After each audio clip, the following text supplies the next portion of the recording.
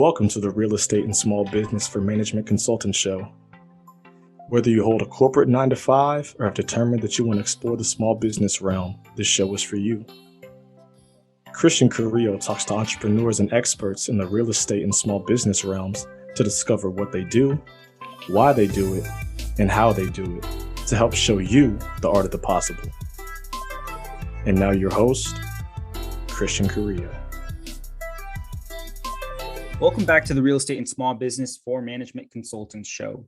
I am your host, Christian Carrillo. Today we've got a pretty special interview for you folks.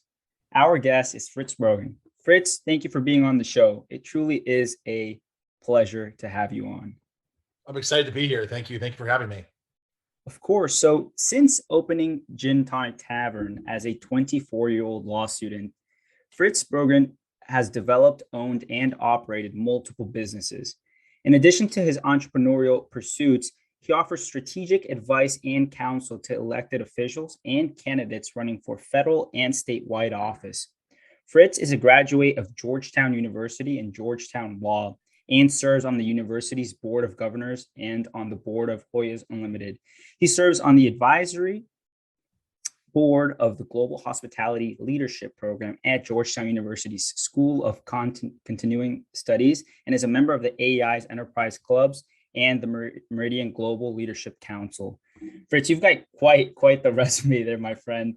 But again, thank you for being on the show. We really appreciate your time. But why don't you get us kicked off with a little bit more about who you are and what you do? Sure. So I grew up in South Florida, best place on earth, warm weather and great beaches. I decided to come to DC for college. So I went to undergrad at Georgetown University, where I played football. I always had a passion for government service in the public sector, which is one of the reasons why I wanted to be here in the Washington, D.C. area, which is the heart of that. So while I was in college, I said I played football. I was also pretty involved politically. I interned at the White House and worked on some campaigns. Then I just started bartending. Kind of through the football team, there were always bars in Georgetown that wanted big guys to be bouncers and then bartenders. So I kind of started getting involved in that, more just to kind of make a little money and have a little fun and meet fun people. I kind of realized that I loved hospitality. I really enjoyed meeting lots of different folks, especially in DC. You have tourists and residents and short-term visitors from all over the world. So it's kind of neat to speak with those people and get to connect with them. And I realized that a lot of the bars and restaurants that I was working at, the owners were doing very well, even though their operations weren't always that sophisticated. So I kind of thought in the back of my head that if you applied, kind of a legal background and some of my political experience, and a business education to hospitality, that it would be able to, it'd be a good business model. So straight out of undergraduate, I went to Georgetown Law. So straight through 7 years at Georgetown.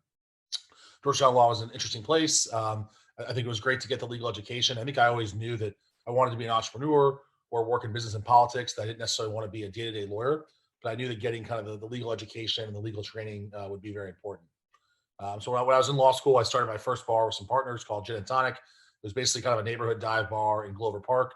But I think, because I understood the demographic that I was going after, it was definitely a very popular spot for young professionals in their 20s. So that kind of started off, my business career.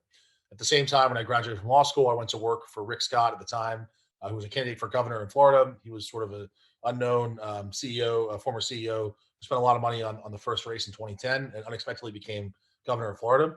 So I was his deputy chief of staff at 25 or 26. I'm getting to work on very serious issues and political issues in the state of Florida, which again was an amazing experience. I started dating my now wife and kind of missed DC and missed the business sector. So I kind of made the unusual decision to come back to DC and to really focus on my business career. That's amazing. And that's actually quite the story. So at what point, I'm trying to put all of the pieces together, right? Growing up, did you ever think that you wanted to go to law school, that entrepreneurship was ever the route that you wanted to pursue? Could you tell us a little bit more about that and sort of how those pieces came together for you? Yeah, sure. So I think growing up, I always knew that I wanted to be involved in politics. And I think that politics and business are a lot more connected than you would think. They're both kind of deal with communication and, networking and be able to speak to people, deal with lots of diverse people, finding compromise. So I think some of the things I learned working on political campaigns and getting my political education have helped me in business because business is basically a never-ending campaign. The voters or customers. So I think, we're always trying to win people over. There's a lot of similarities between the two sectors. That's amazing. So let's talk a little bit more about that intersection that you just mentioned. How do those two ventures that you have sort of come into play? Thinking about the small business realm and maybe all of the restaurants and bars that you own, and then your work that you do within the political realm as well. How do those two come together? Yeah, so I think one of the reasons why I've been able to be successful in the restaurant business and the bar business is that I always have built our restaurants and bars. One, I build them for the customer that I am, or now that I'm getting older, maybe the customer I used to be, a customer more like yourself. I understood what people in their 20s and 30s who go to restaurants and bars. I always had a knack for knowing what they wanted because I was one of them myself. So I think that helped. It also really helped that again, when I was younger, I worked as a bouncer, I worked as a bartender, so I Mhm. kind of saw the right ways to run bars. I saw some of the wrong ways to run bars. I understood what frustrates staff, what motivates staff. So I think that's something that's always helped me a lot is that, I was a young bartender in a busy bar. So I understand like the pros and the cons. I understand the temptations and where sometimes staff go wrong. So I think kind of Mhm. having that full education has always really helped me. Where I think folks who try to open, especially in the bar side of the business, try to open bars and having never worked in one or never being a low level employee in one, they run into a lot of problems. So I think I've kind of always understood the full totality of the circumstances. Yeah, absolutely. And I think that that's something that I really appreciate about yourself, right? And sort of learning more about your story. You talked about getting in and understanding the systems and processes, what was working, what was not working, and then seeing where you could maybe bridge that gap and offering, a new service or add value where others may have been missing it, right? Yeah, it was very bootstrap early on. So I mean, I think now the Mission Group's one of the larger restaurant groups in the region, and we're growing pretty rapidly. So I think people kind of look at us differently now that we're a much bigger company. But when I got started, we was very much of a bootstrap, going to Home Depot to buy this stuff, having my roommates help me build some of the bars and build some of the drywall and then the walls and all of that. So I think we've really grown the company. And in 2014, my partner and I started Mission Group with the first mission at DuPont Circle. We kind of found this kind of dilapidated building that was sort of a Russian nightclub, and it had Hmm. was falling apart and had lots of issues. And we kind of looked at it and saw it was an amazing location, and we saw it had kind of beautiful bones. We kind of had a sense that Mexican food was something that was sort of underserved in the area. We kind of Hmm. opened the first mission, not knowing that it would start a company that now has 400 employees, and we'll be opening our sixth location, our fifth and sixth location in the next few months. First and foremost, congratulations. That's amazing to hear. But you mentioned it being bootstrap initially, right? Could you talk a little bit about what that process was like, maybe from when you initially started to where you are today, and what sort of helped you become successful along the way? Yeah, so when I opened the first bar, Gin and Tonic, when I was 24, I partnered up with a much older restaurateur in DC who kind of had heard about me and knew that I was a young guy, knew lots of folks and knew how to bring the right crowd and everything. So we partnered up. Mhm. I'd saved all the money I'd made bartending. I literally almost every dollar I made bartending basically put it aside in the bank account, knowing that I wanted to invest it in myself one day. So I had some cash, brought that to the table. Had a partner who was more experienced, who kind of understood a lot of the back office operations. And so we opened Gin and Tonic, and it literally was just a room with two bars, really no furniture, a couple of TVs, giant beer head hanging over the bar. Then Mhm. actually, there was like giant lines down the street because we kind of understood the customer service angle. We hired amazing bartenders, and we hired bartenders that had big personalities and knew how to draw people in the door. We had great Mhm. DJs. I think at the end of the day, when you're going after the younger bar demographic, you just have to create a place that's really fun and really dynamic, and people don't care necessarily the location or what it looks like or how beautiful it is. They just want to be in a place that has an amazing atmosphere. We've kind of carried Mhm. that through. Now, obviously, we spend a little bit more money when we build our places out. But at the end Mhm. of the day, that atmosphere is just so important. You can buy a Bud Light or a quesadilla on every block in America and in the world. People come to our locations and other successful restaurants and bars because there's sort of something else along with that Bud Light or that burger or that quesadilla. It's that sort of little unknown. It's the music or the lights or the atmosphere or the smiling bartender or server or whatever it is. Mhm. Successful restaurants and all successful businesses together have sort of some element that draws people there instead of somewhere else. I think understanding what that is in your business is what's so important. Yeah, and that's something that I've heard you mention quite a couple of times, right? Knowing your demographic and who you're serving. So in other Yeah. words, who is your avatar, right? Yeah. How is it that that sort of came into play? Was it through your experiences in college that you determined, hey, these are the individuals that maybe we want to serve and address and target? Yeah, a little bit. I think just like anyone else, like, when I was younger, we went to certain bars, whether, because it was cheap drinks that night or it was a great DJ, or because someone we knew was bartending there. There's sort of this understanding of why people go to certain things. I've read a lot of books by great CEOs and founders over the years. And there's a great book about Sam Walton, the founder of Walmart, who would Hmm. talk about how important it is. He would walk the hallways in every Walmart, understanding who his customers are and what his product is. They call it, KYC or KYP, know your customer, know your product. I think you just have to really understand what you're going after and what you're selling. And I think a lot of people that start businesses get so focused on, expansion or focused on other things. At the end of the day, you have to offer a product. You have to have a customer that wants to buy it. And if you do those two things well, you can have endless success. But a lot of people get distracted by lots of other things. That's amazing. That's amazing. So I'm curious to hear about your goals and sort of when you began all of your endeavors. What goals did you have when you first began your companies? And, have they changed over time? That's a good question. I think one of my goals as a person all along is to never be bored. I'm someone who does not handle boredom well. So I kind of move 24/7. I talk fast, do things quickly. So I always like to be involved with lots of different things.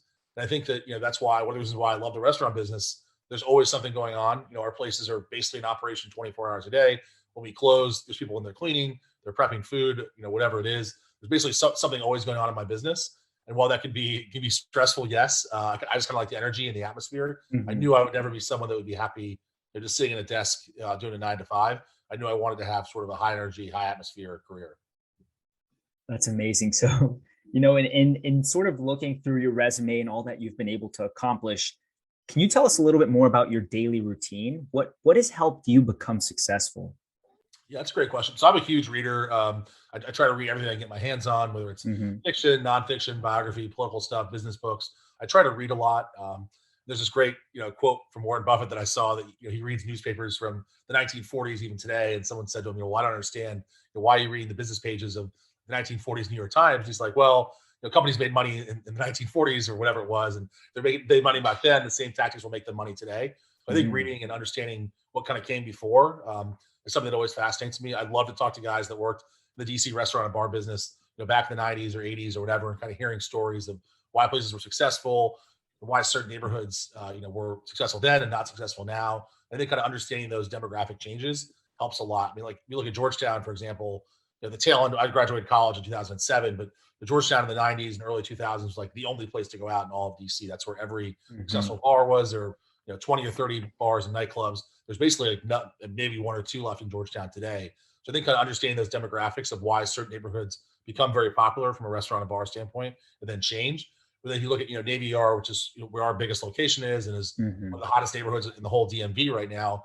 5 or 10 years ago, 10 years ago, there was basically nothing there. It was warehouses and everything else until the stadium opened. So I think kind of understanding what the past is the key to understand, is the key to being successful in the future.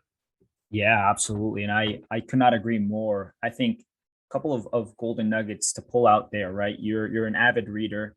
And I think to your point, success leaves clues, right? So figuring out what has helped other people become successful is very important. But then, while history may not repeat itself, it definitely does rhyme, right? Yeah, so for sure. Yeah. Could not agree more. And I also think something else, I try to reach out to people all the time. When I was younger, I reached out to successful restaurateurs. I reached out to political guys, business guys, CEOs, and just tried to get 20 minutes with them and pick their brain and, kind of just try to learn from them. And I think, now when younger people email me and want to talk to me, I always try to find time for that as well. I just think it's so important in life to constantly be learning and speaking to other people, making connections, finding mentors, being a mentor, whatever it is. I think it's been incredibly helpful. I just joined a group called YPO, which is for young CEOs under the age of 50 of big companies. And even just being in the same room with folks who have been done incredibly well and very successful. I just think success brings success. I think kind of surrounding yourself with people that are doing great things will help you one day also do great things. Yeah, Fritz, I'm actually so happy you brought that up because the topic of proximity is something that really, really interests me and something I wanted to poke your brain about, right? You surrounding yourself with these individuals that are maybe in a place where you want to be someday, right? Or are in a certain endeavor or sector that you appreciate. How do you go about sort of approaching that? Yeah. I always think it's one, you just never want to come across in a way that you're trying to pitch someone. I'm sure I'm sure just like you, I get emails all the time from people that want to sell me something or, sales pitches, that sort of stuff. So I'm always careful. When I was younger, I would say, hey, I'd just love to get your advice for 20 minutes. And I found that people, regardless of how successful or busy they are, they love to impart knowledge of why they're successful onto the younger generation. So I think if done in the right way, it's great. I think you just always never want to be too pushy. And that's kind of one of the things I've learned is you don't want to seem like you're trying to sell them and you don't want to be pushy. Just asking someone for advice, 9 times out of 10 will always go over well.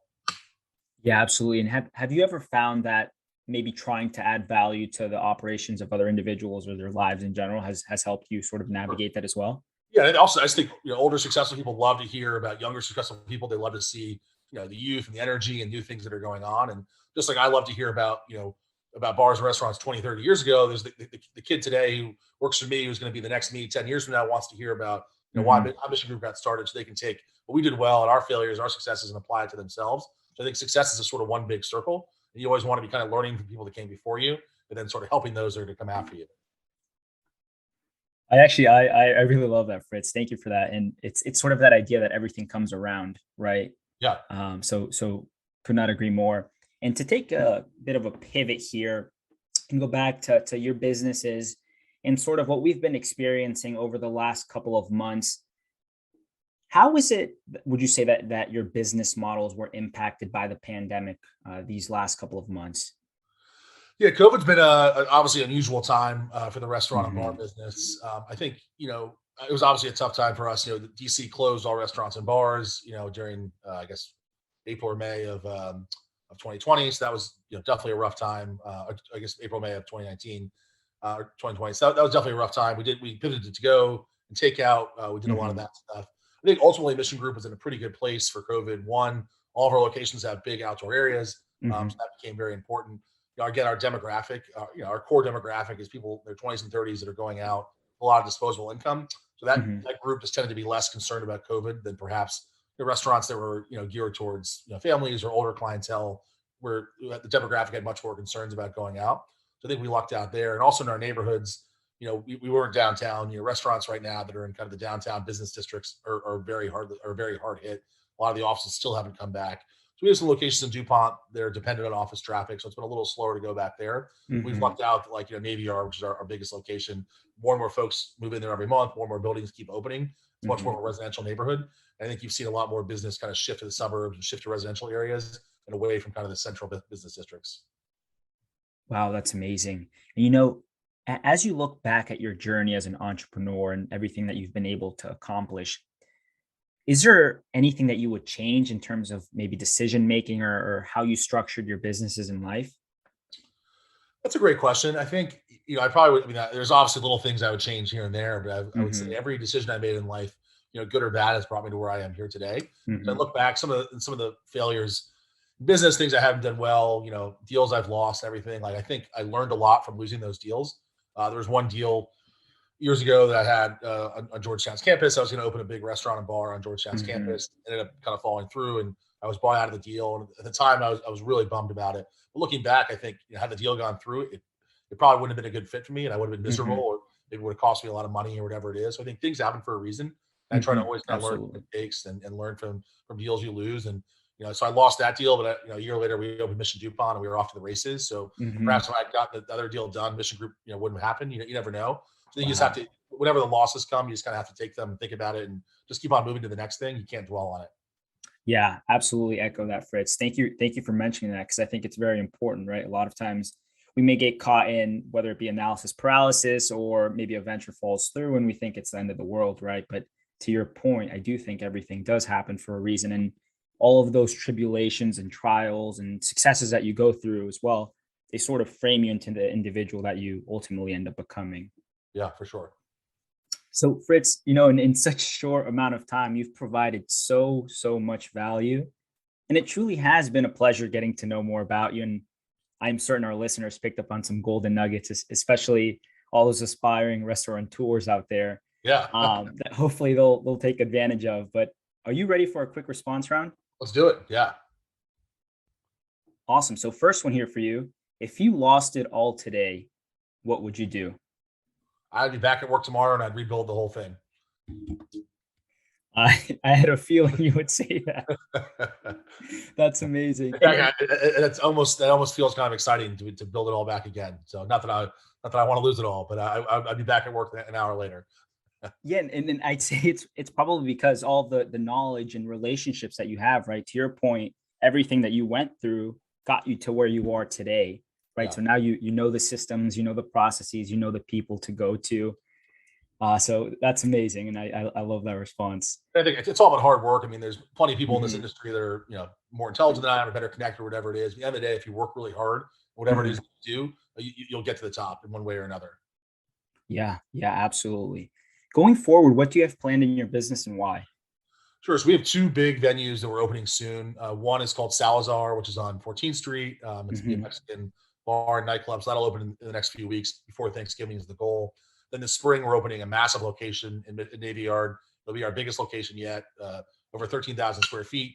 It's going to be a Florida kind of beach themed bar, big palm trees, bright colors, all of that. So I think, getting our company ready to open those two venues has been our main focus right now. We're on a big hiring spree at the corporate level. We have a tremendous COO. We're building out our operations team. We're bringing in finance people. We're bringing a lot of roles that we previously outsourced kind of in to have a very robust corporate team, as well as adding more venues and probably looking at more cities as well. Wow, that is amazing. Congratulations, my friend. That, I'm sure you think about it all the time, but as you look back, but congratulations. I think that's something to be proud of. I appreciate that. Thank you. Of course. Third one for you. If you could give our listeners one piece of advice today, what would it be? Yeah, I think, going back to what we said about perseverance and hard work, it's just, you can never, whenever something bad happens, just don't sit back and dwell on it. Just keep on moving. And I think that's one of the things our company does really well, is that we move very fast. We don't always make the right decisions. We sometimes make mistakes. We often have to go back and fix whatever it is that we did. We try to move very, very fast. And I think a lot of people in business, they want to be slow and they want to be cautious. And by the time they're ready to make their decision, the deal is already gone, the customer's gone, whatever it is. I think you have to move really, really fast and shoot from the hip sometimes. And that probably goes against what they might teach you in business school and everything else. But I think, speed is what wins a lot of deals. And being cautious doesn't always get you there. Yeah, I could not agree more. And that actually just something similar to this happened to me 2 days ago, where a real estate investment firm brought an opportunity to myself. And I waited a whole day before consulting with my business partner. And my business partner said, let's do it. The next day, the deal was gone. Yep. Yeah. You got to trust your instincts in life. I think, especially as you get more successful in business, you kind of just understand intuitively, what's going to work, what's not going to work. You just got to follow that gut feeling. Yeah, absolutely. So last one here for you, Fritz. How can our listeners get to know more about you and connect with you? Yeah, as I mentioned, I'm happy to talk to anyone anytime. I always want to help people out and connect people. I think that's one of the reasons why I've been successful, is I just have a big Rolodex. People often, I have a friend. Recently, I have a friend who started a business, another friend who was started a new job in a company, and I realized the one product was perfect for the company. I connected them. Next, they already have a deal going together. So I think in life, I get nothing out of it. I'm just happy to see friends succeed, and maybe they'll throw come have some drinks at my restaurant at some point. But at the end of the day, it's I think you help others, and there's just a good karma feeling in the world. So I'm happy to chat with any of your listeners. They can always hit me up on social media or whatever it is, and I'm happy to chat with them. Amazing. Fritz, once again, thank you so much for your time. I really, really appreciate it, and I look forward to seeing all of your success unfold. Thank you so much, my friend. Look forward to seeing you for a margarita soon. Absolutely, my friend. We'll see you soon. All right, thanks. Hey, listeners. Christian Carrillo here. Are you interested in real estate but don't know where to start? Or maybe you just want more information on passive real estate investing? Make sure to check out our free ebook guide to passively investing in real estate, which can be found on our website at quetzalcapitalgroup.com. If you find that insightful, make sure to register for our distro list so you can stay up to date on what we're working on, new blog posts, and our newsletter, and other resources that I'm sure you'll find valuable. Thanks for tuning in, and we'll see you on the other side. Thank you for listening to the Real Estate and Small Business for Management Consultant Show, brought to you by Quetzal Capital Group. Quetzal Capital Group works with investors nationwide to invest in real estate while also looking to add value in the communities where they operate. Quetzal Capital Group, client-centered, data-driven, result-oriented. Connect with us online at quetzalcapitalgroup.com to learn more.